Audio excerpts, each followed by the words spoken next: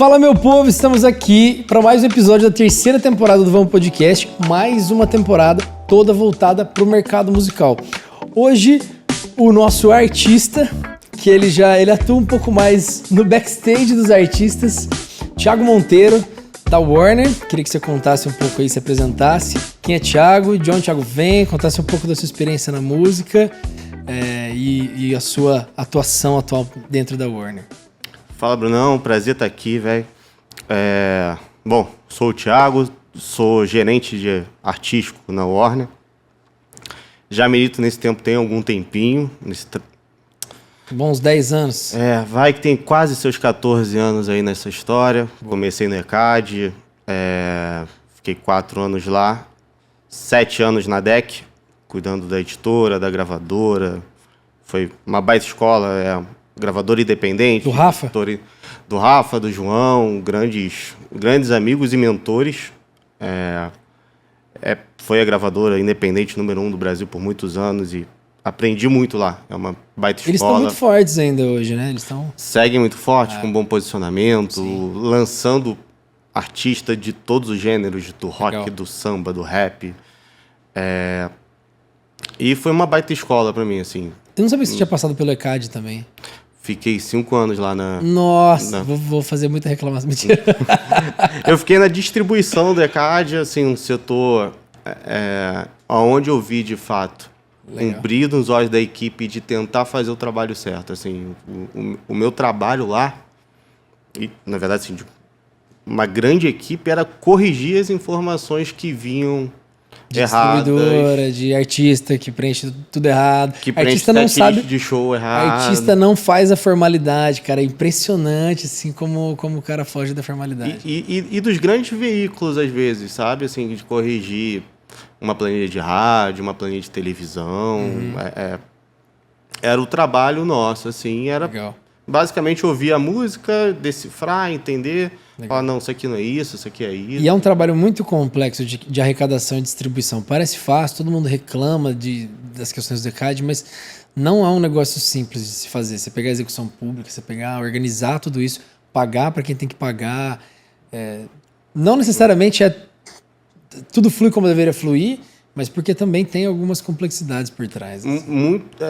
É difícil falar que é perfeito, né? A gente vive num país continental. O ECAD ele tem que cobrir todo o território nacional com um escritório relativamente pequeno, né? Ele tem suas filiais e tudo, mas você tem que pensar numa operação que um dia em São Paulo tem 8 shows, 15. Você tem 20 shows rolando no interior. Você não tem como abarcar... 8 shows grandes em São Paulo no mesmo dia, né? Você não tem só como... puxar um pouquinho mais o microfone aí, acho que... Aí. Você não consegue abarcar isso tudo, auferir se tá certo, todos os territórios, todo o território. E você tá na Warner tem quanto tempo? Eu tô na Warner há 2 anos e meio. Legal, né? legal. Nessa posição de gerente de... Legal. A gente se conheceu porque do nada, na mesma semana, alguns clientes apareceram, precisa resolver um negócio aqui com o Thiago. O Thiago do nada apareceu de 3, 4 lugares diferentes.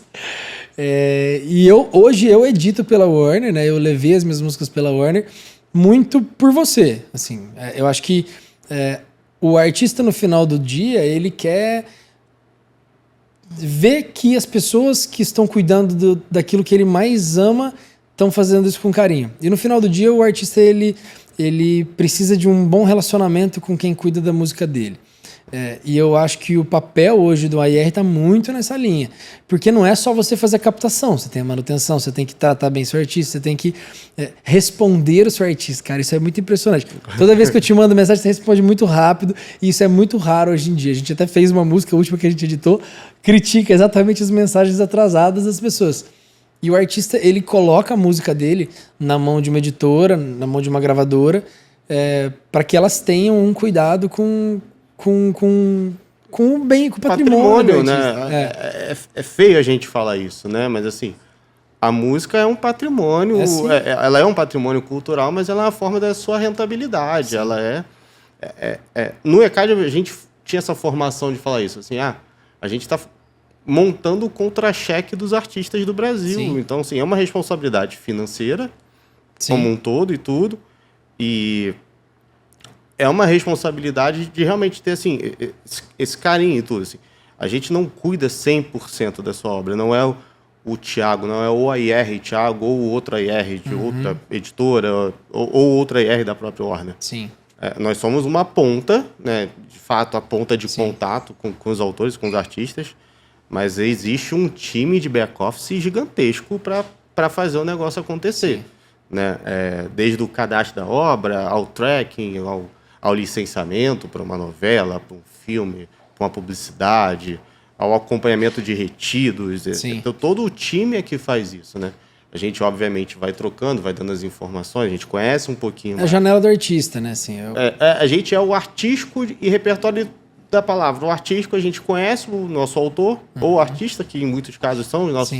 A gente tem muitos cantautores, mas também temos muitos autores que estão por trás do holofote, né, que a gente chama e tudo, e é até uma coisa que a gente busca mais, que a gente tenta trazer da publicidade, porque algumas das maiores canções interpretadas pelos maiores artistas são de compositores que não são os artistas. Né?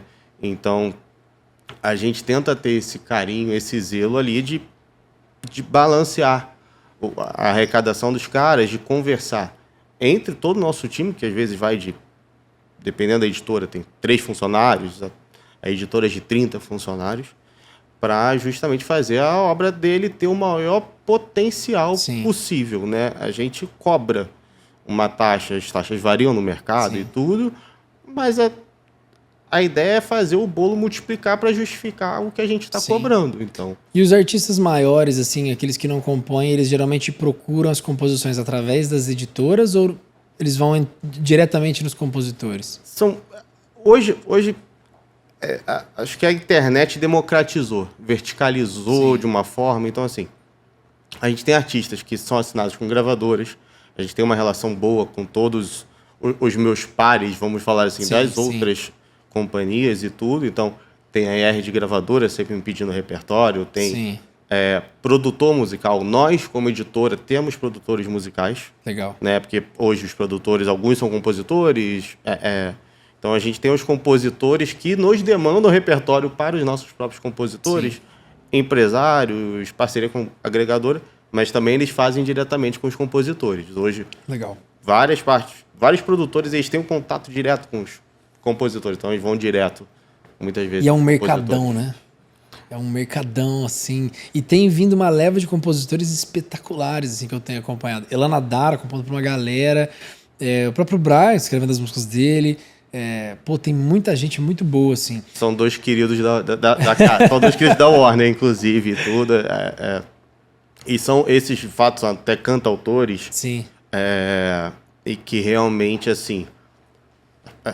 Eles têm um lado deles artista e tudo, mas ainda conseguem escoar um pouco, né? Porque muitas vezes você é artista, você canta para você, compõe para você, mas às vezes você faz aquela música que você fala, não encaixa, não é para mim, não tá no meu repertório. Mas acabei de fazer isso. Eu tô com uma música que eu tô com ela praticamente pronta, mas parece que eu olho para ela e falo, cara, é isso. A minha parte dessa música é isso. Eu preciso de alguém para fazer um desfecho e gravar. Eu não vou gravar, mas eu gostei tanto que eu até mandei pro Brian, mandei pra Bárbara Dias, falei, cara, termina, vê se faz sentido pra alguém e põe no mundo, assim. Eu acho legal essa troca que essa galera tem feito, assim.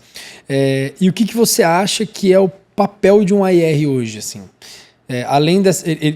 Você tem essa porta de entrada com os artistas, mas o que mais você acha que um AIR tem que fazer pelo artista e dentro da editora, assim, o papel com o artista e o papel com a editora? Bom, assim, para a companhia, o AIR é o captador. Então, assim, a função do AIR para a sua companhia é trazer novos negócios e fazer manutenção dos negócios existentes.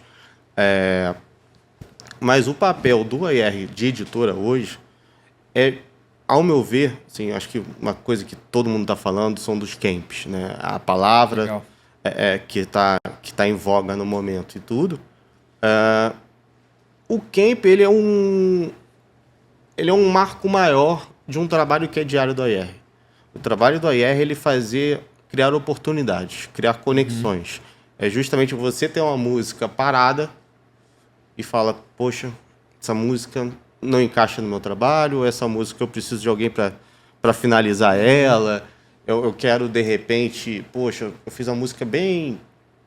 É um pop moderno, mas que eu queria um rap no meio da música. O papel Legal. da IR é pegar e falar, pô, eu tenho esses Legal. autores aqui que são bons de versão rap, vamos ver quem está disposto a fazer junto com você? Então é fazer essas conexões e tudo, e sempre estar lembrando de o que é o repertório, né? Lembrando de que é o repertório, muitas vezes, assim, talvez numa editora menor, não existam setores, né? Então, o AIR ali cuida de muita coisa, faz o licenciamento, etc. Mas você está numa companhia maior, você tem um setor de licenciamento. Sim. Então, às vezes vem uma demanda de uma novela. E aí você tem ali todo o roteiro e sonho tudo. Do artista. O papel do AIR é justamente assim, com essa demanda, falar, as minhas músicas dos meus autores que encaixam são essa e essa. E tudo, aí vai para aprovação, vai para toda a discussão do processo criativo. Mas o papel da IR colocar é na vitrine, né? Do repertório do seu autor, legal, né, para fomentar. E aí fomenta oportunidades, não só em novela, mas junto à DSP. Sim. Que, obviamente, assim, hoje tem uma relação muito mais forte com as gravadoras e agregadoras, sim, mas ainda escutam os editores, né, um pouco. Uma das vantagens de se ter uma editora, né? Porque, até o que a gente está falando antes, da real necessidade ou das vantagens de se ter uma editora ou uma gravadora. A gravadora, eu tenho as minhas ressalvas. A editora, para mim, ela é um pouco mais evidente a necessidade, assim, exatamente por ter essas portas de entrada. Com novela, com sei lá, um acompanhamento com o ECAD, você fazer uma gestão da sua composição, abrir para outros artistas e tudo mais, porque embora muitos artistas não se dê o trabalho de entrar nessa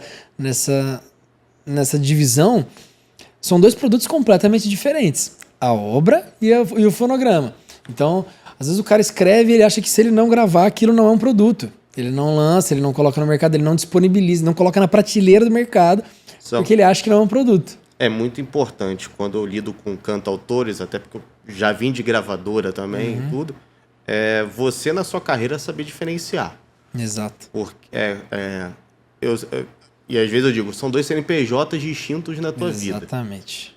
O autor, ele tem lá, obviamente, você pode fazer, né?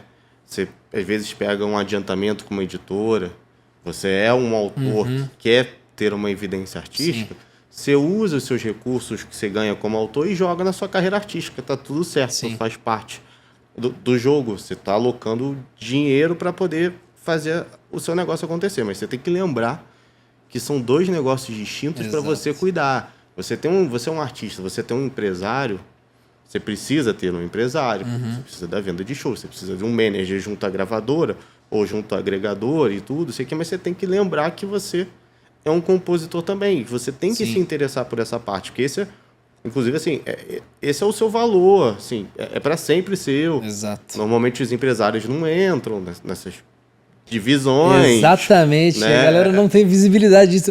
O filé mignon muitas vezes está aí. Tá aí, você às vezes, como artista, está começando e tudo, vai lá, é gravado por outro artista e tudo. Você pode aproveitar isso como mote até para sua carreira artística. Você vira uma abertura do show do cara, exatamente, você consegue aproveitar o seu lado autor para impulsionar sua carreira artística. É muito natural. Então você tem que lembrar de separar, você tem que lembrar de que nem toda música que você compõe é para você, até porque é muito mais... que é mais fácil, né? Mas às vezes no processo criativo é muito mais rápido você fazer 20 músicas do que você gravar 20 fonogramas, do que escoar, do que lançar 20 fonogramas. Então a nossa capacidade criativa, nossa não, porque eu não sou autor, mas dos autores é muito maior do que eles conseguem lançar. Então a gente tem que lembrar disso para poder justamente, tem sempre procurando repertório. E é muito comum, né? Às vezes o que funciona para um não funciona para outro. Exatamente o que você falou. Eu acho que tem uma música do Justin Bieber, que é uma das principais, né, Biel? Acho que Love Yourself, se eu não me engano. ela foi feita, não sei se pelo Ed Sheeran ou para o Ed Sheeran, não funcionou e foi gravada pelo Justin Bieber, alguma delas, e rolou. Várias do Pharrell Williams foram feitas pro Michael Jackson, tiveram no CD de lançamento do Justin e fez o Justin ser o top da Billboard por muitos anos. Eram músicas pro Michael, que foram negadas por ele e o Justin aproveitou. Sim. Fora o relacionamento, né? De vários casos. O Simão, por exemplo, que escreve junto com o Vitor. Simão veio aqui, o Vitor eu espero trazer na 4ª temporada. O Simão tá não abrindo o show do Vitor, ele participa do show do Vitor cantando músicas que ele escreveu com o Vitor. Sim. Eu acho muito massa. O Truel compondo pra Sandy. Esses camps agora, eles estão, parece que, se tornando mais comuns e alguns grandes artistas já estão pedindo camps. Já tá partindo desses artistas. Esse camp da Sandy agora, que foi feito pela, acho que a Bibi, Maíra, o Mike e o Guto. Acho que teve mais gente pra Sandy, o Lucas também. E agora o outro eu também vai lançar mais uma música com a Sandy participando do Nós Vozeres dela. Não, tem funcionado, assim, a gente tem, inclusive, pela Warner, alguns projetos grandes e tudo, de camps, mas acho que uma coisa importante que começou... Talvez, assim, é isso, acho que as gravadoras, ou os próprios artistas independentes, eles começaram a ver a necessidade do camp como uma fomentação de repertório para aquele artista. Sim. Então, um passo crucial que eles começaram a fazer foi chamar o artista, que é uma coisa... Porque antigamente, quando você tinha... um artista vai lançar um repertório. Eu cansei de ver isso, assim. E aí, dando um exemplo aqui qualquer. O Jorge Benjor vai lançar um novo disco. E aí você pergunta, mas o que ele quer? Ele quer algo diferente de tudo que ele já fez. Uhum. Aí você pensa, caramba, como é que eu vou brifar os compositores que ele quer algo totalmente diferente? Aí vai vir um pagode, diferente vai vir um axé, pra onde? Qual é o caminho? É. E aí quando o artista, né, e aí você vê isso muito naturalmente dentro dos estúdios com qualquer artista que você conviva, que você tenha... eu já trabalhei em repertório pelo lado da gravadora e tudo, e você vai vendo que o próprio artista ele vai se descobrindo no estúdio. Sim. E vai mudando a opinião dele. É assim, verdade. Talvez não é esse caminho e tudo. Então, os camps estão cada vez aumentando mais, alguns são liderados pelos próprios artistas. Essa semana que a gente está gravando aqui, está tendo um em Goiânia gigantesco, onde o artista liberou 7 casas para fazer o camp dele, né? Para buscar repertório para ele. E ele está lá. Então ele consegue guiar, orientar melhor. Falando, pô, galera, esse caminho aqui funciona, esse não funciona. É uma cena muito... É um caminho diferente, né? Que não necessariamente o cara precisa começar cantando. Marília Mendonça veio de uma cena assim, né? Escrevendo para outros artistas. E ela é um bom exemplo. Ela é um exemplo do CNPJ diferente, né? De saber diferenciar. Ela começou como compositora, escreveu alguns dos maiores sucessos de Luan Santana, Henrique e Juliano. Assinou ainda cedo com a gravadora, que era a gravadora que lançava as músicas que ela escrevia. E a gravadora teve ali tu chama de gravadora, mas é um selo, mas é o maior selo de música sertaneja do Brasil. Teve a paciência, a parcimônia para lançar a Marília na hora certa e tudo. E se você reparar, a Marília fez um sucesso tão grande, mas tão grande, assim, e uma agenda, que isso é bem notório, assim. Eu até vou voltar nisso por causa da pandemia, por exemplo. Mas a Marília, ela fazia uma agenda tão louca que ela não tinha mais tempo de compor. Alguns dos últimos maiores sucessos da Marília não eram composição dela. Entendi. Mesmo ela sendo... Eu não sabia disso. Você pega Graveto, Esqueça-me Se For Capaz, quase 100% do disco das Patroas tem participações, ou Todos os Cantos tem poucas músicas da Marília Mendonça. Justamente que o artista, quando ele chega em algum momento ali de auge, né, e a gente, obviamente, está falando de algumas exceções. Sim. Né, mas o cara que tem uma agenda de quinta a domingo, com dobradinha, tempo fixado. E aí de terça-feira, quarta, ele tem agenda de imprensa, de rádio, ele tem a segunda-feira para passar com a família. nem todos eles conseguem estar no busão É. compondo uma obra. Então, alguns artistas que essencialmente eram cantautores, você vai vendo que eles vão perdendo ali o lado compositor. E muitos deles, que eu conversei principalmente na pandemia fizeram a gente falar, caramba, eu não estou mais compondo minhas músicas. E aí voltaram a pegar o violão e fazer. Eu fiz esse movimento na pandemia. A pandemia no comecinho, né? Depois voltou pro caos, mas no comecinho da pandemia eu passei a ter mais tempo. Eu tive 2-3 meses ali bem no comecinho da pandemia que o trabalho mudou muito, a banda ficou sem show, de fazer muito show, assim, coisa de 10 shows por mês. A gente parou de viajar, ficou em casa, tempo. Falei, cara, vou até escrever. Aí eu peguei e fui pro meio do mato, fui lá pro Urubici, peguei um chalé na serra, fui sozinho, levei violão, piano, escrevi um álbum inteiro e voltei. As músicas que a gente tá lançando agora são músicas que eu peguei e fiz lá. Hoje eu também não consigo parar pra escrever, por conta do caos, do escritório, por conta da... Puta, e eu cuido de muitos artistas no escritório. Então, fazendo contratos, essas coisas, você acaba ficando tão no olho do furacão que você deixa aquilo que é uma coisa prazerosa e que não é uma receita imediata. E aí vai ficando, às vezes o artista também, puta, mas ele tem um show aqui que ele vai ganhar 200 pau pra fazer, mas puta, ele vai parar pra compor, sendo que o cara... E sertanejo tem muito disso, sertanejo tem uma agenda de 20, 30 shows por mês. O pop não. Mas o sertanejo consegue ter esse volume. E o cara vai deixando de lado mesmo. E tem camps famosos de composições, tem casas de composição hoje, que a galera vai lá, contrata, e eu participo de alguns grupos de compositores, e já chega um pedido já meio moldado. Olha, artista tal tá querendo tantas músicas pro seu repertório novo, pro seu novo EP, pro seu novo álbum. As músicas têm que ser mais ou menos desse assunto. Temática. Energia sim, tem que ser good vibe. E estão aqui 3 referências. E tem acontecido assim. E tem segmentos, né? Assim, eu acho muito legal quando você ouve que um artista mais canta-autor, como são os exemplos que você deu, de Outro Eu, a própria Sandy e tudo.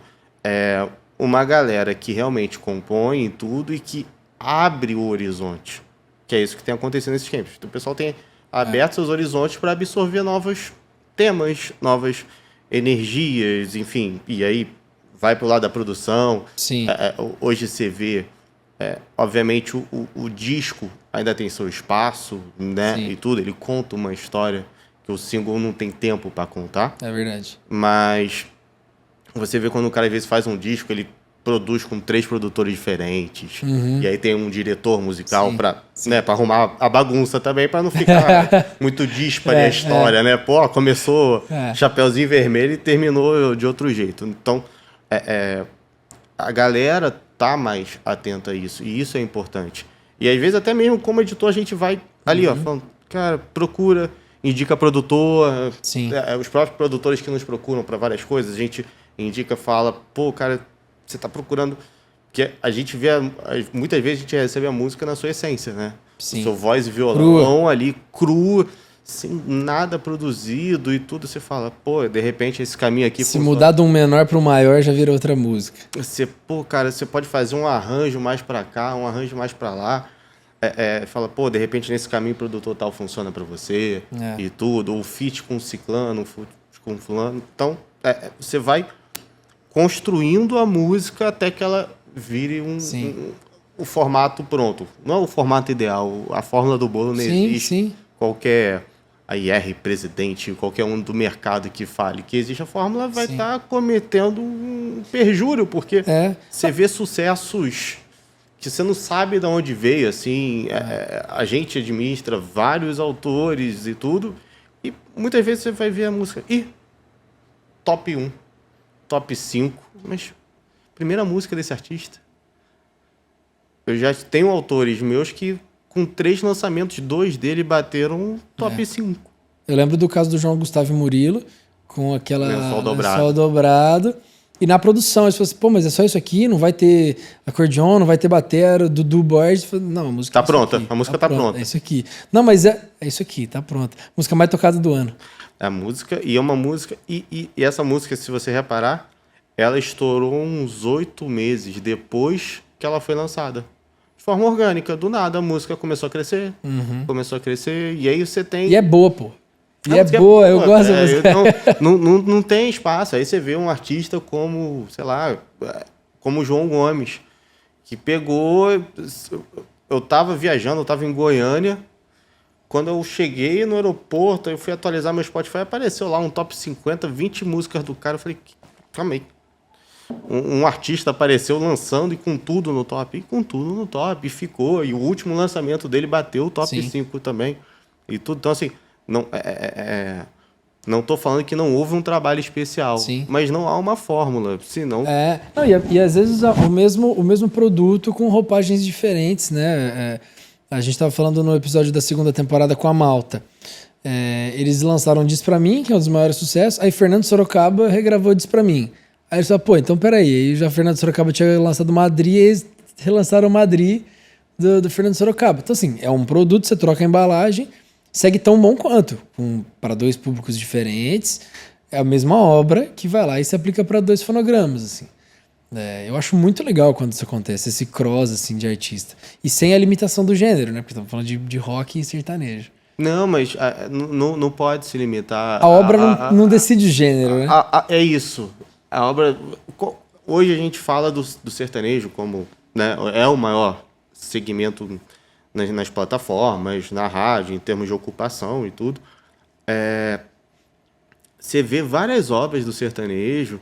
Eu não tô nem entrando na produção ou no arranjo. Quando da obra na sua essência que se assemelha às temáticas de um pagode.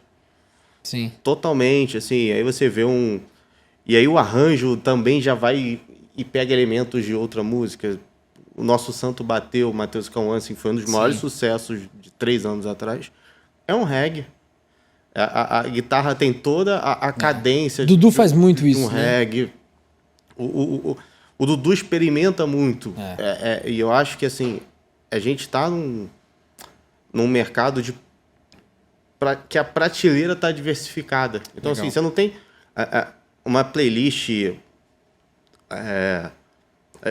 por mais que a playlist seja de um mood, você vê que dentro daquele mood entram músicas com os mais variados arranjos. Assim, não tem limitação. Então, o feat, desde que... E aí, assim, uma coisa importante do feat, até quando procuram a gente, que eu sempre falo assim, óbvio, a gente pode ajudar, a gente indica e tudo isso aqui, mas é bom que o feat seja orgânico. Sim. Que ele tenha uma verdade entre artistas, porque o feat, pelo afã de número, ele não funciona. Né? Não adianta você isso é muito real, cara. Essa métrica real. Não existe, assim, não há conversão. Né? A gente fala que tem uma conversão de 5%. Né? Por que tem uma conversão de 5%? Porque não era real. O outro artista não quis fazer o negócio junto. E a galera É que muita gente tá de fora, olha de fora e não tem essa percepção. Às vezes o cara é mais novo... Vou te dar um exemplo nosso, assim. Na época que a gente ainda usava o nome de Maria Palheta, por um período, a gente entrou numa gravadora e tal, e a gente tinha um investidor que estava disposto a investir em algumas coisas para tentar melhorar os números e alavancar o negócio. E eu pessoalmente cheguei a entrar em contato com 3 ou 4 artistas que eu queria muito fazer feat. Mas eram artistas, assim, que eu conheci de uma forma muito rasa, muito superficial, e foi um aprendizado, porque todos eles eu cheguei e falei assim, olha, a gente também tem um caixa para poder viabilizar para feat e tudo mais. E ali eu comecei a entender que não é isso. Que não é isso. Não é o caixa, não é... É assim, o cara olhar pro som e falar assim, cara, é isso. Bateu a música, bateu o relacionamento. Tem que ter uma verdade. A gente não consegue manipular todos. A conexão ela tem que estar ou entre os artistas ou com a música. O artista pode até não se conhecer, mas olhou pra música e falou assim, cara, eu dei mais um exemplo. Vou falar de novo, eu falei em 4, 5 episódios da Ilana Dara com o Victor Clay, com O Amor Não É Pra Mim. Essa música ela é genial. Eu não sei se o Victor já conhecia ela ou não, mas de não conhecer, eu vi aquele som e falei, cara, tem que gravar, porque a música é muito boa. Às vezes a música nem é tão boa, ou a música mas os artistas têm uma excelente relação e um vai puxando o outro, assim. Eu acho isso super legal. Mas é muito difícil para quem tá entrando no mercado ter essa percepção. Às vezes o cara tem o caixa para trabalhar, mas não leva ele para lugar nenhum. Não no sentido de feat. Tem quem faça o feat pago apenas pelo dinheiro. Mas eu percebi que não é quem vai puxar sua música pra cima. Não, às vezes não... Obviamente tem pelo dinheiro e tudo, tem pela relação. Você é um artista de uma gravadora multinacional e tudo que você tem, a gravadora realmente prestando atenção em você, esse é um dos principais focos. Você tem um outro artista que também só que um tem 200 mil ouvintes mensais, outro tem 9 milhões. Você força o feat acontece, o de 200 mil não vai ficar com 700 mil ouvintes mensais porque teve o de 9 milhões de participantes. Essa conta não funciona, isso não adianta. É muito mais pela música. É a música do Clay com a Elana que vai bem, porque não sei também se eles se conheciam. Não sei que, por exemplo, tem nessa temporada o Gabriel Elias como convidado aqui. E por mais que ele e Vitor tenham uma relação de proximidade, não adianta eles fazerem feat o tempo todo. Eles não são uma dupla e tudo. Exatamente. Eles fizeram um feat na música que o Vitor entendeu, que é Só Uns Instantes, que é uma canção. Ele falou, é a canção que eu faria. O Gabriel, quando participou do Maneva, a mesma coisa. Uma música que o Maneva falou pra ele. Cara, eu cantaria essa música em todos os shows. E é muito legal como você começa a perceber... Eu não tinha reparado nisso, mas você começa a perceber como o artista tem uma identidade até nas participações dele. Você pegar um álbum do Vitor, você entende que é um álbum do Vitor. Mas se você pega as participações do Vitor nas músicas dos outros, soam como músicas do Vitor. Sim, ele com a Mari, no Mágico. Porque é isso, ele tem que manter uma identidade, porque ele não pode, por conta de um feat, brigar com o público dele. Sim. Né? Todo artista, o autor ele consegue ser mais plural. Né? Ele consegue escrever um funk e escrever um rock. Consegue, tá tudo certo, sim. Mas a carreira artística ela é mais delicada. Um movimento errado, você faz sucesso num segmento... E tem dois segmentos que são muito assim, o rock e o rap. Né? Que o público é mais fiel, tem um engajamento maior. É muito complicado para um artista de rock bem posicionado fazer um feat com um segmento que seja totalmente contrário em termos de posicionamento, em várias outras questões, porque ele vai afastar o público que ele já tem. Então, sim, a Lorena falou disso. O feat pode ser perigoso nesse sentido. Né? Tem casos de feat que você vê assim, o artista falou, todo mundo falou, pô, perdeu o público dele. Não faz sentido. Acabou de perder. O tempero, ele é muito pontual, assim. Tipo, Jota Quest com Rael é um negócio que você fala, pô, não tem tanta relação, mas naquele som ali funcionou. Naquela música funciona, porque é isso. Porque às vezes vai pela música, não precisa ir pelo artista. Porque senão você vai ter, obviamente, assim, é bom ter cenas se formando, né? Quando você fala, o Vitor se junta com o Gabriel, com a Elana, com a Mariana Nolasco, que são artistas que tramitam não vou dizer prateleira, mas tramitam uma cena próxima, sim. Né?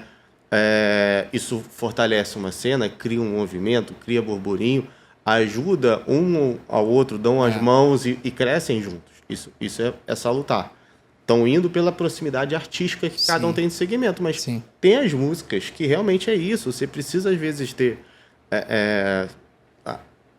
uma artista sertaneja com um artista de funk. Sim. Que a música pedia aquilo. Ela tá vindo ali na bachata, tá vindo no coisa e por nada ela precisa crescer. E a música é um negócio tão maluco que isso começa a respingar até em podcast. A gente fez aqui, né, a segunda temporada com nomes como a Mari Nolasco, a Ana Gabriela e tudo mais. E o público que escuta também tem alguma relação ali com Outro Eu, com Anapego, com Lagum.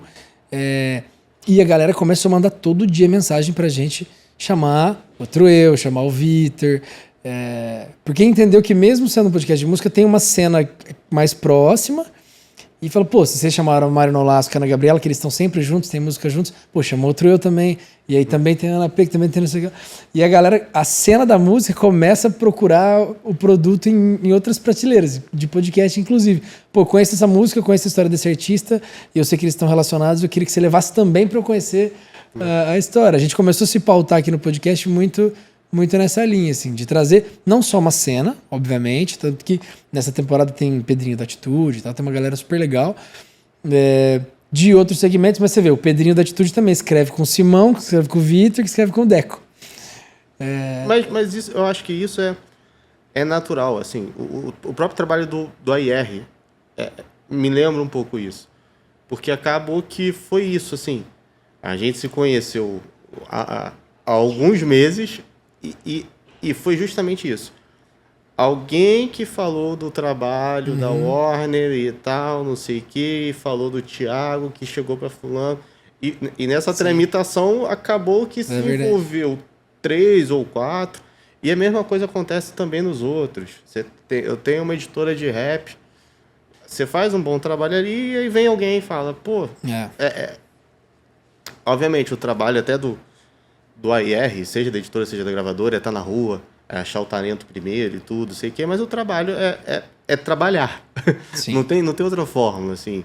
É responder o telefone, é responder um e-mail, é fazer o contato, é estar na rua para ver as coisas acontecerem e tudo, que naturalmente, quando você vai criando ali um pouquinho que seja de conhecimento do negócio e tudo, vão vindo as indicações. Sim. Vão vindo...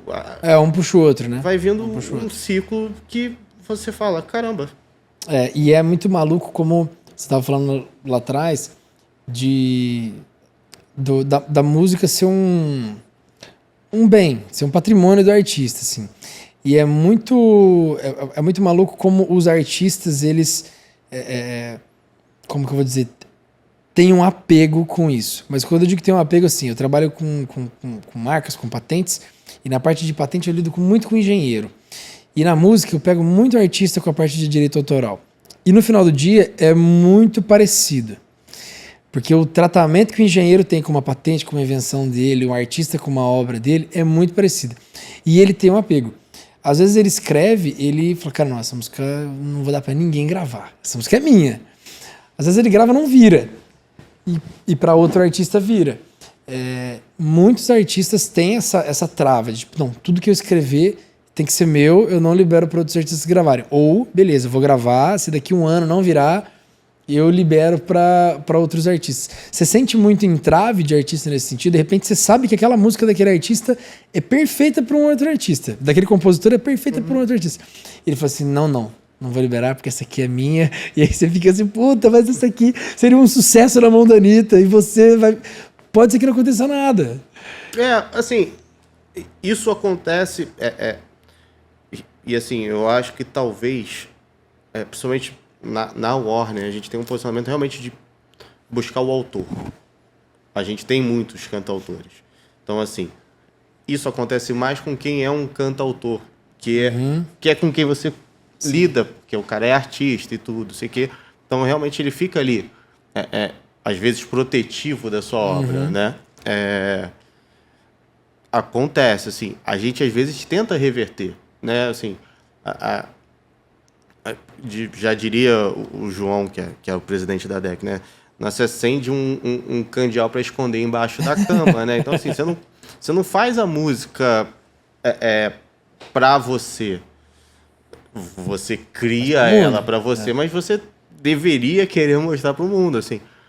Porque se é uma boa mensagem, você vai trazer alegria, você vai trazer sentimentos, não importa quais, né? Música de reflexão, etc., música alegre, mas aquilo ali como um bem, a gente pode falar de um bem patrimonial no sentido de patrimônio, assim, uma obra, ela pode gerar, obviamente ela pode gerar 2 centavos, 10 centavos, mas ela pode gerar milhares e milhares e milhares de reais.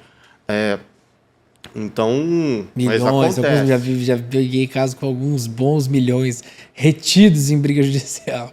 Tem casos de brigas entre editoras, brigas entre autores e tudo. E tem as obras que realmente, assim, você hoje tem um segmento sertanejo que ocupa quase 90% do top 100 da rádio. Então... Você acha que é cíclico? Eu acho que a música é cíclica. Ela se renova de períodos em períodos. Pois é. Você vê Teve o que pagode. o pagode é um movimento que está sempre... E você vê, por exemplo, um baita exemplo é o Menos é Mais. A música deles, que fez eles aparecerem mais, é um pupurri de obras dos anos, finalzinho dos anos 2000. Então a música ela tem seus momentos de gangorra para todos os movimentos, né? O sertanejo não. Ele conseguiu realmente manter uma hegemonia... Tem muito dinheiro envolvido no sertanejo. Semelhante à do axé, há muitos anos atrás, mas que já ultrapassou, né? Justamente por isso. Eles têm muito dinheiro, eles têm uma baita organização. E sendo justo, eu não quero que saia um corte só falando que eu só falei que o sertanejo tem muito dinheiro. Eles têm essa conexão, eles têm uma organização empresarial que o Sorocaba puxou muito disso, tem bastante gente envolvida, não só Sorocaba, mas tem um empreendedorismo no sertanejo que eu vejo menos em outras áreas. Hoje o pop conseguiu se organizar um pouco mais, e o pop está fazendo um movimento que o sertanejo já faz há algum tempo, que é a parada das participações, se juntar, vai gravar um DVD, coloca 3 participações grandes lá dentro para alavancar o DVD e tal. Você tem alguns nomes que fazem essas conexões, né? Desde Marcos Mioto, enfim. Mas eles se aproveitam também da cultura nacional. Então não dá para colocar que é só o dinheiro. A cultura sertaneja do país ela é muito forte, assim. Então tudo favorece um pouco. Quando você tem uma cultura forte, quando você tem uma organização, quando você tem dinheiro, porra. Exato. Se usaram dos melhores mundos, né? O Brasil, assim, vamos citar a Rede Globo? Pode citar a Globo? Pode, claro que pode. O Brasil é agro. E de verdade o Brasil é agro. A gente tem milhares de feiras. A gente está gravando aqui, está tendo Barretos com 900 mil pessoas passando. Mês que vem Jaguariúna. Então você vai tendo esses movimentos, você tem público para isso, de fato, você tem muito dinheiro envolvido. Seja por conta de... eu tenho investidores e tudo, que tem todos os segmentos. Desde que eu comecei a trabalhar com música, eu fechei contrato de grupo... fui lá assinar o contrato e tudo, sei que grupo de pagode, e falaram, mas tem um pedacinho que tem que ir pro fulano de tal. Quem é o fulano de tal? Procure saber, não. É só o cara que pagou o DVD. Um pedaço do teu royalty vai lá para aquele cara e tá tudo certo. Então sempre houve um investidor. O sertanejo, por estar ligado ao agronegócio, que é uma das indústrias mais ricas do país.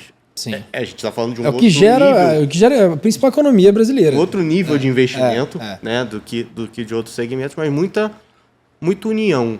Assim, verdade. Obviamente tem rixas, como em todos os lugares e tudo. Pessoas, né, pô? Tudo que você envolve pessoas. Você envolve pessoas, você está suscetível aos sentimentos, alguma coisa que aconteceu errado, etc. Mas tem muita organização entre eles, um movimento de muita ajuda. Então você vê grandes festivais e tudo. Você tem mais dificuldade de ver hoje um festival. Até teve há 3 meses atrás aqui um grande festival de rock e tudo, mas você vê que era um festival de rock já só com os medalhões. Talvez o sertanejo tivesse pensado, eu estou chamando os medalhões, mas eu vou também chamar os novos para ganhar a aderência de um público novo. Sim, eu preciso criar uma nova cena, porque daqui a pouco essa nova cena...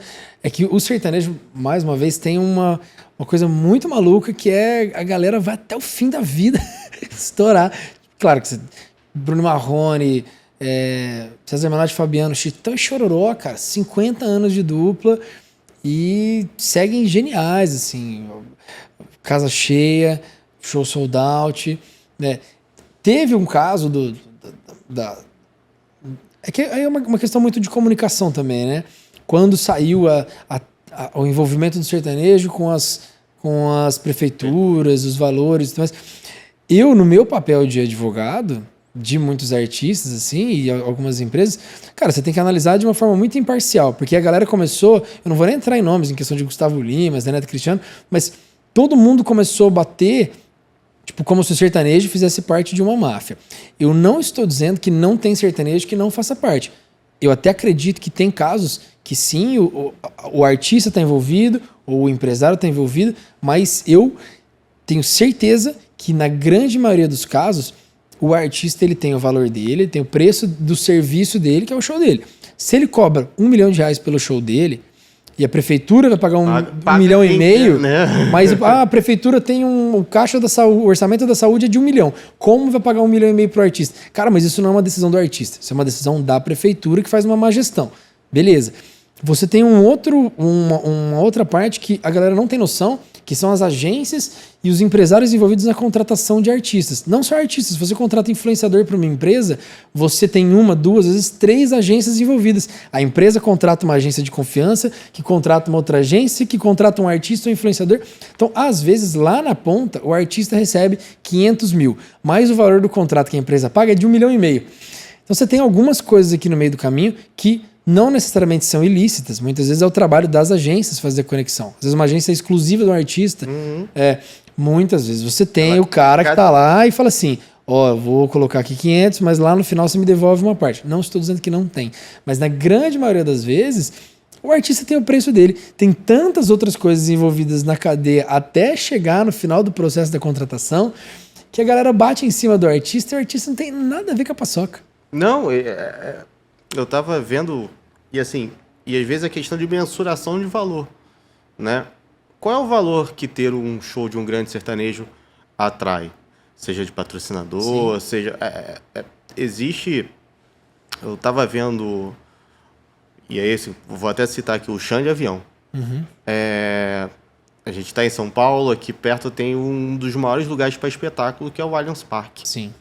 Hoje o Allianz Parque cobra 1 milha para você alugar o estádio. Então o artista já entra devendo 1 milhão. Sim. Então, assim, você tem que ter uma formação de valores, às vezes, de composição de preço, para poder atender, assim. E é um pouco do que você falou, o cachê do cara é 200 mil. Ele cobrou 200, emitiu a nota de 200, mas no meio tem um monte de outros serviços que vão tendo que agregar, tem a estrutura de palco, tem não sei o quê, tem sei lá. É uma polêmica grande tudo, mas que se envolve, né? Prefeitura, você tem que pensar que as prefeituras fazem shows há anos e já usaram de todos os movimentos. Teve a época do pagode, que elas contratavam os grandes shows de pagode, de um Exalta Samba, de um Revelação, do Sorriso Maroto. Teve a época do axé que contratava o Harmonia. Então, se a gente entra nessa da política... Se faz o show, reclama. Se não faz o show, reclama. E o artista acaba sendo a vitrine, às vezes, que acaba recebendo pedrada sem ter nenhuma conexão com o negócio. E aí, assim, o artista, ele de fato, hoje, ele tá muito na rede social, né? A rede social, ela serve para várias coisas para ele, assim, causa engajamento, ela dá proximidade com o fã e tudo, mas cancelamento. Ela também dá o cancelamento, ela também dá esse revés. Então, saber ali se posicionar, se dosar e tudo, às vezes é até... eu penso até como papel do empresário, sabe? Assim, eu cansei de ver empresário contratar gerente de risco. Cara, mas é muito comum. Já participei de vários casos de gestão de risco. O cara fala, olha só, estamos numa crise. Contrata o cara pontualmente, o cara custa o olho da cara e tá tudo certo, mas a gente vai salvar a sua carreira. Porque você... Aqui, ó, você não se posiciona.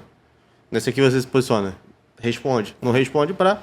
Uma editora, uma gravadora, ela dá esse suporte para o artista, não de gestão de risco, mas assim, esse é um caminho que é legal você seguir como artista, esse é um caminho que é melhor você evitar porque ele não vai te levar a lugar nenhum. Eu acho que as duas dão em proporções diferentes, né? A gravadora, ela tem de fato um departamento de marketing que você pode botar tudo, além do marketing tem um IR artístico, então ela faz esse caminho de uma forma mais natural.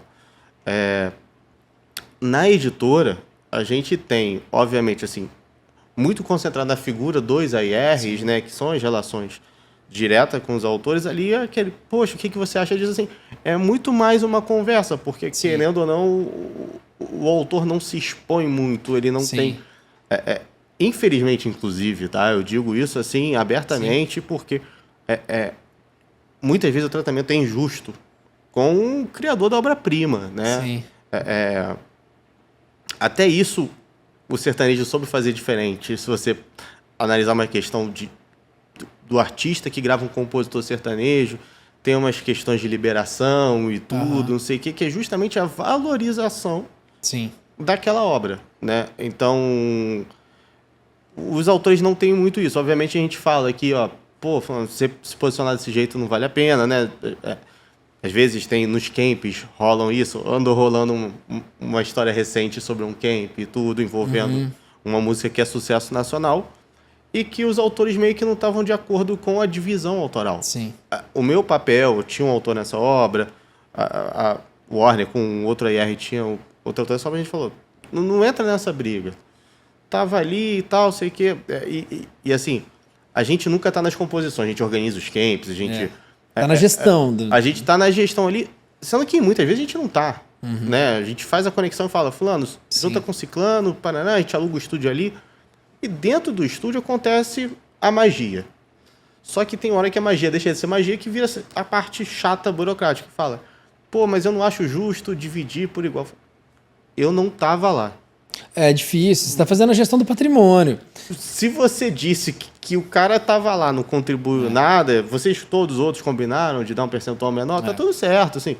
Pra gente, obviamente, como editor, vale pra mim que você tenha o maior percentual possível.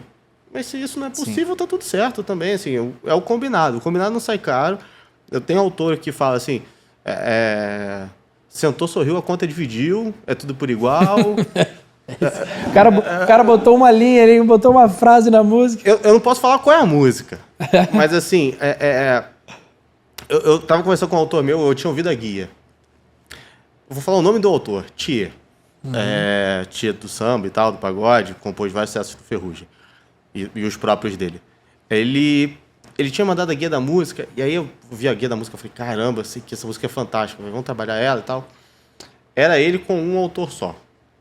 Aí, música lançada, apareceu um terceiro autor. Falei, tia, terceiro autor aqui? Não, ele escreveu. Eu falei, pô, tia, mas a música tá igual. Mas ele escreveu o início da música. A primeira frase que o cantor canta, que não é uma frase, é quase vocalize. É quase que uma contagem de andamento. Se você tivesse no estúdio, o que o cantor fez é uma contagem de andamento. Eu falei, beleza, e aí? Vamos dividir por igual? É isso mesmo? Ele, não, divide por igual. Ele tava lá e ele deu essa ideia. E aí, assim, ele falou uma parada. Thiago, olha a camisa dessa música. Esse artista, ele tem uma marca de roupas. A frase que tá é a frase desse outro autor. Você fala, e aí, o que era o mais importante? É o refrão? É a ponte? Não importa. A divisão não necessariamente é justa. A gente não tá ali para julgar isso. Quase uma cessão do direito moral do autor, que não deveria acontecer, né? Porque o cara escreveu e você fala, puta, vou te dar uma parte aqui porque você vai ser o intérprete. E tem muitos artistas hoje que fazem isso, infelizmente, porque a lei protege o compositor. Se ele escreveu, ele tem o direito de ter o nome na obra. Se a música é 100% dele, ele tem o direito de ter o nome dele na obra. Não ter outro nome na obra. Ele pode não ganhar né? nada por isso, mas ele tem o direito de ter o nome na obra. Agora, e tem artista escrevendo para outro, abrindo mão do que eu conheço, abrindo mão do direito moral. Você escreveu, tá aqui para você gravar, a música é sua, pode colocar como se tivesse sido composição sua. Vendem, e o cara tá pagando. Eles vendem e é uma venda, com você como advogado sabe que é ilegal de fato. Que é ilegal, é intransferível o direito moral do autor. É indivisível, intransferível. Direito moral. A câmera tá desligada bem agora, mas tá ligado? Não tem problema. Corta pra 3. Direito moral de autor é intransferível, indivisível. Não dá o seu direito moral de autor. Exatamente. Então, assim, esse caso e tudo, até foi um outro compositor, não foi o artista, mas assim, acabou que o direito autoral ele virou uma moeda de troca em muitas oportunidades. Sim. Então, vai acabar tendo a ocasião que seja porque o artista deu briefing, que se você parar para pensar, a temática faz parte da composição da obra literatura musical. Então, É uma linha muito tênue ali que você vai ficar... Vai colocar como uma obra por encomenda. Tipo, te falei o que eu preciso, então você me transfere. Então, tem isso, tem realmente, assim, principalmente no meio mais eletrônico ou do funk, Sim. os produtores, de fato, que entregam como a gente chama no mercado de golfe, né? Os Sim. caras fazem um beat, entrega para outro, Então, acabou virando isso, assim, o autoral virou ali a moeda de troca, por mais que seja ilegal. Né, assim, no tangido. E o cara, quando ele faz isso, ele não para pra pensar no quanto aquilo se desdobra. Se o artista parar pra pensar o quanto uma música pode ser representativa pra ele, ele não faria isso. Não tô dizendo que é certo, não tô dizendo que é moral ou não. Tem diversos diversos compositores mais velhos que eu conheço, que já estão na segunda metade da vida com filhos. E eles escrevem as músicas e colocam os filhos como se fossem compositores também das músicas. Não estou dizendo se eu concordo, se eu discordo, se é certo ou se é errado. Mas acontece. Mas o cara que está fazendo isso, ele já tem uma visão de negócio com a composição dele. Cara, é o que a gente está falando do patrimônio. A música nada mais é do que um patrimônio. Então o cara tem visibilidade de que ele vai escrever uma música e ela vai gerar receita para ele, o direito patrimonial do autor, por 70 anos após a morte do último autor.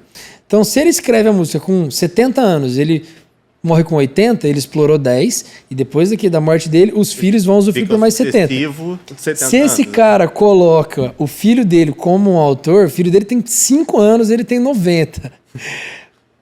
O direito ele de autor... vida, exatamente. O filho vai explorar durante a vida inteira aquela obra e mais 70 anos. Você passa pro neto o seu patrimônio. Assim, é genial. Correto ou não correto, é genial. Você está fazendo uma gestão do seu patrimônio. É um planejamento sucessório de um compositor.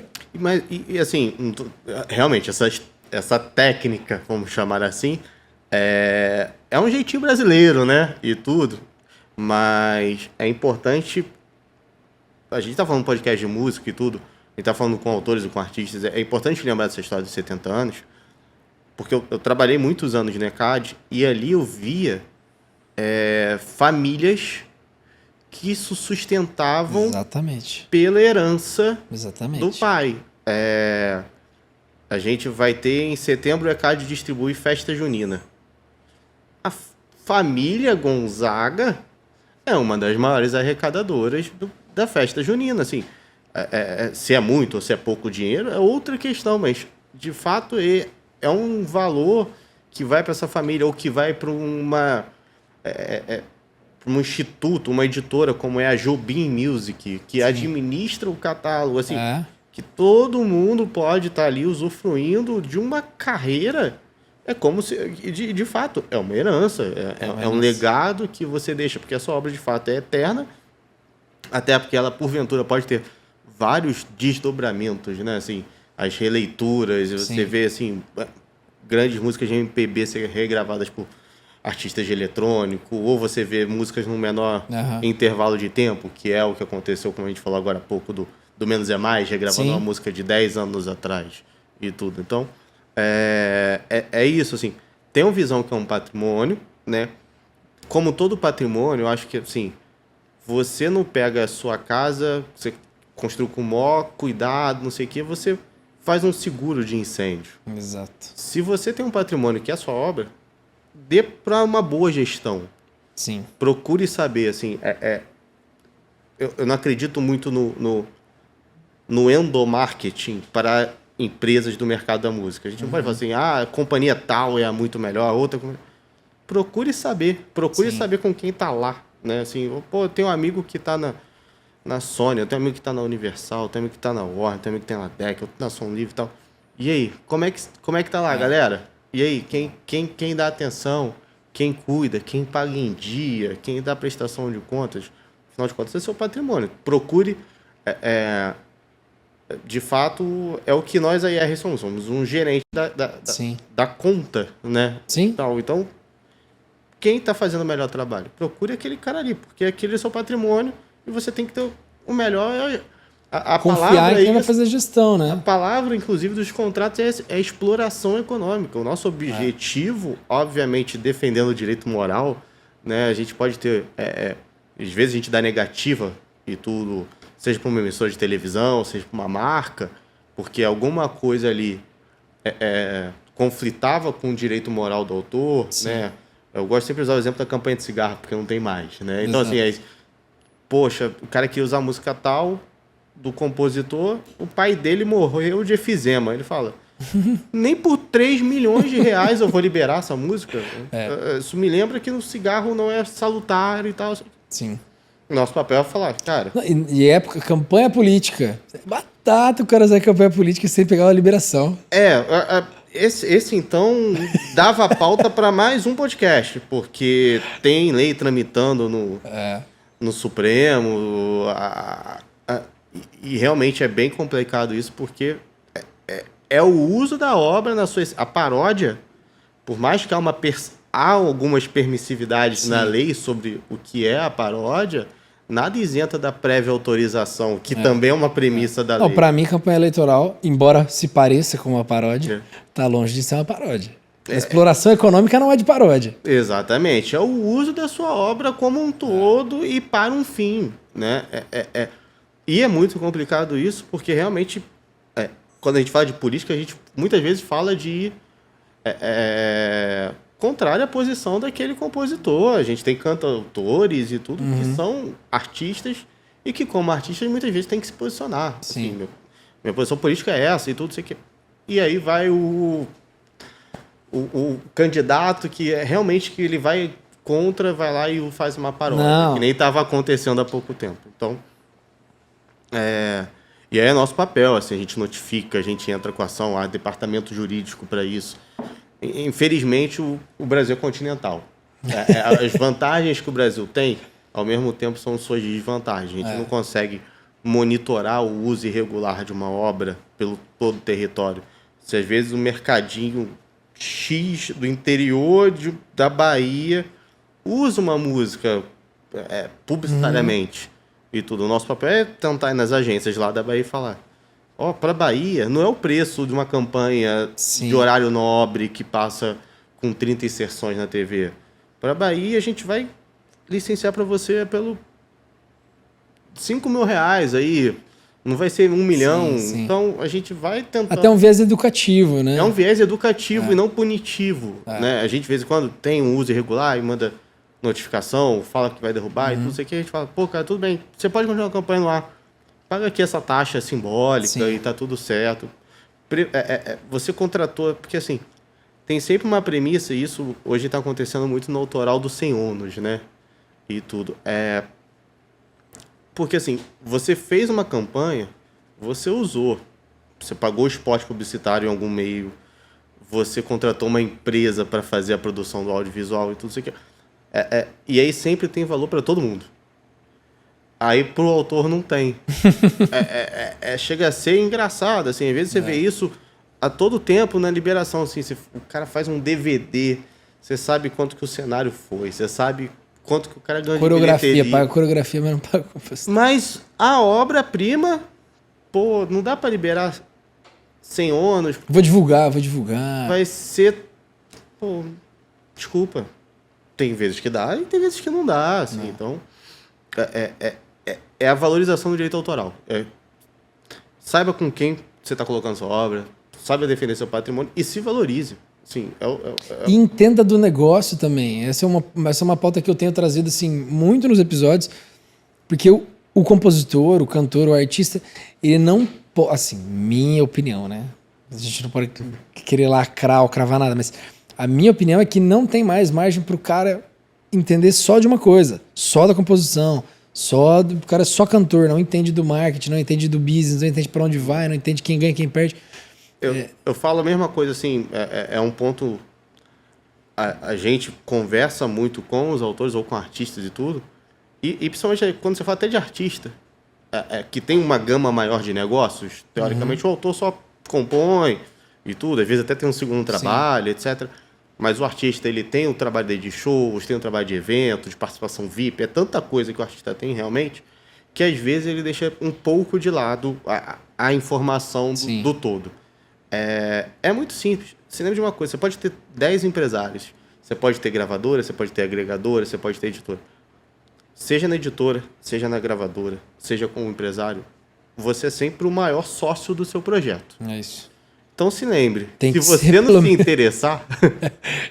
Tem que ser. Normal, né? Assim. Eu conheço gente que já vendeu até o limite da participação, mas mantém uma participação ali. E é muito legal. O Elber do Jota Quest, a gente a gente conversou disso outro dia num bate-papo que tava Zélia Duncan, que tava Kel Smith, num papo de direito autoral, assim, e o Elber falou disso. Falou, cara, quando você vai, inclusive quando você vai vender um catálogo, dê um jeito de ficar com pelo menos uma parte da sua obra. A parte que você pode transferir 100% do patrimônio gerado através da sua obra, mas quando você consegue manter pelo menos um pouco daquilo, você vai surfar na onda de quem explorar. Porque se estão pagando R$1 milhão para sua música, é porque ela tem potencial para valer mais que isso. Sim. Então, venda por R$1 milhão, os 90%, 50%.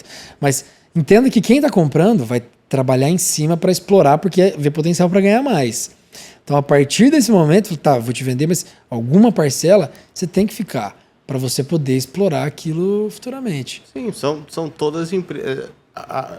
Não existe almoço de graça, né? Exatamente. A editora, o fundo que compra, a gravadora quando negocia, são todas empresas, todas não, né? Mas são empresas e não ONGs.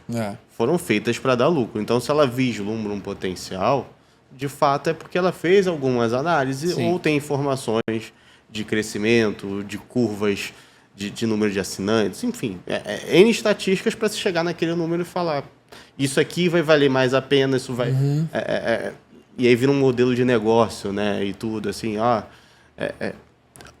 dentro da editora, dentro da gravadora, dentro do mercado, assim, você tem espaço para IR e tudo. Eu tenho uma formação musical, mas eu tenho uma formação financeira também. Então, assim, tem o lúdico, tem o bonito, tem a criação, vamos fazer ele acontecer e tudo isso aqui. E tem muitas vezes a hora do negócio. Sim. Né? Então, se eu ofereço R$5 mil para o cara por um contrato, se eu oferecer 15 mil, o contrato já vai ser outro. Exato. É um negócio. Empresas são feitas.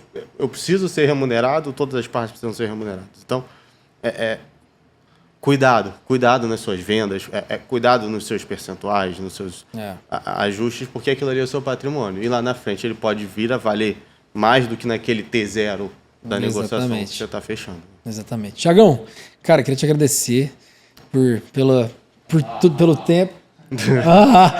Eu falei, deu pau? Temos a nossa plateia aqui. Obrigado pelo papo. Eu faço questão de trazer nessas temporadas que eu estou fazendo sobre música um viés diferente da música. Não só de quem cria, não só de quem compõe, mas também de quem cuida, de quem ajuda, de quem tem uma visão do business. Eu acho super importante. Na outra temporada a gente trouxe a Fefa, que, cara, deu uma aula aqui também, foi muito legal. Então você trazendo a sua ótica de quem já passou por gravadora, ECAD, que eu não sabia... vamos falar muito mal aqui daqui a pouco. Tô velho. Eu não gosto de lembrar toda a minha história, não. Você tá com quantos anos, Thiagão? 36. 36? Não, para. Mas comecei... Velho tá o Gus. Eu comecei a tocar com 13 anos, velho. Já há muito tempo já envolvido na música. Já. Velho tá o Gus. Quantos anos você tá, Gus? 4'2". Tá velho mesmo. Tá velho, mas isso aí é qualidade. Inclusive, falando em velhice, veio uma pergunta aqui. Diga. Vocês não acham que a lei tá velha e tá precisando de reformulação? Cara, a lei 9.610 de 98. Não é mais de 98. Né? Então, assim, a reformulação das leis, ela tem que se aplicar para todo tipo de situação. Você tem hoje o streaming, né? Você tem que ter uma lei, ou projetos, ou mudança, ou uma nova lei, ou uma reforma, para você poder proteger outras formas, outras plataformas, outros mecanismos que as gravadoras têm, os artistas têm de exploração. Cara, hoje você tem a parte de royalty share com influenciadores. Eu vejo artistas dividindo o percentual da música para influenciador divulgar a música. E você acaba dando um direito autoral seu para um cara que não tem nada a ver com a criação, ainda que seja um conexo. Então você... Mas aí eu vou contra tudo que os advogados falam por aí, né? Mas é muito difícil você conseguir fazer a legislação acompanhar. O tempo de tramitação, de discussão é muito mais lento que a velocidade das tecnologias que são colocadas. É isso, eu concordo com a importância, eu concordo com a necessidade e eu também sou a favor. Mas é muito difícil você conseguir acompanhar. Cara, de quando nasceu a lei, você já teve o INAMP, Casar... já teve o download, Netflix, o download era a salvação da lavoura. Você precisa ter um mecanismo de mudança da lei muito rápido para acompanhar o mecanismo de mudança do mercado. Acho que a boa notícia disso assim, é que os grandes mandatários do mercado, né, são as editoras, as gravadoras, elas conseguem fazer acordos para resguardar os direitos. Então, mas isso ainda é muito pouco, né? Assim, a gente não consegue nem executar a lei. Essa é a realidade. Assim, voltando no ECAD, está na lei que você que tem um estabelecimento comercial, que você que tem uma rádio, que você que tem uma televisão, que você tem que pagar. Está na lei, sim. Está na lei desde 98. Não estou falando de uma invenção. 60% das rádios são inadimplentes no Brasil. Rádio, hein? Assim, que talvez use música, né? Não sei, rádio não é de usar música, né? Então, o maior usuário de música é inadimplente. Então, você tem isso na rádio, você tem isso na televisão, você tem isso até no pequeno escritório comercial ali, né? na lojinha que vende sapato. Se ela usa publicamente música, ela deveria estar pagando. Sim. E não paga, né? Então, assim, obviamente, como o Bruno falou assim, é importante a mudança, a atualização de todas as leis e tudo, mas essa é muito mais complicada, porque se a gente já estivesse conseguindo executá-la, Cara, já estaria muito melhor a situação da música brasileira. A gente está falando de um déficit na arrecadação de alguns milhões. E por diversos motivos, assim, desde conhecimento técnico do judiciário. Eu tive outro dia uma reunião com uma juíza do Rio para poder explicar para ela os detalhes de obra, de fonograma. Embora eu tenha colocado isso na peça, você sentar e falar assim, excelência, isso aqui, obra isso aqui, fonograma é isso aqui tem um direito autoral, aqui tem um direito conexo, você expõe um panorama, então aqui esse cara tem direito disso aqui, mas ele não tem direito daquilo ali, porque são produtos diferentes. O que você está escutando do Spotify, embora seja um produto, ele tem um subproduto. Então, o próprio judiciário não está preparado para isso. Você tem poucos advogados que fazem isso, felizmente, mas você tem pouca gente que trabalha com isso. Eu vejo até o movimento das próprias instituições de direitos autorais, das escolas de propriedade intelectual em dar uns treinamentos para juízes, para advogados, para defensores, para poder proteger. Cara, se você é um advogado que não tem dinheiro para pagar um advogado especializado, você depender de uma defensoria pública para defender um caso do seu direito autoral, isso não é não estou criticando a Defensoria Pública. A Defensoria Pública pensa num plantonista... um generalista. É isso. Então, assim, não dá para esperar que esse cara saiba no detalhe a doutrina, a jurisprudência do direito autoral. Então, no privado, você tem 30 nomes que dominam, exatamente. Assim. Tanto que, é o que você falou, tem alguns artistas, né? Todos os advogados que são deste meio têm mais de uma conta justamente por causa da falta de especialização de uma única lei. Pouquíssimos, Daniel Campelo, Bruna Campos, e todos muito mais porque são apaixonados por música, como é o meu caso, do que pelo direito em si.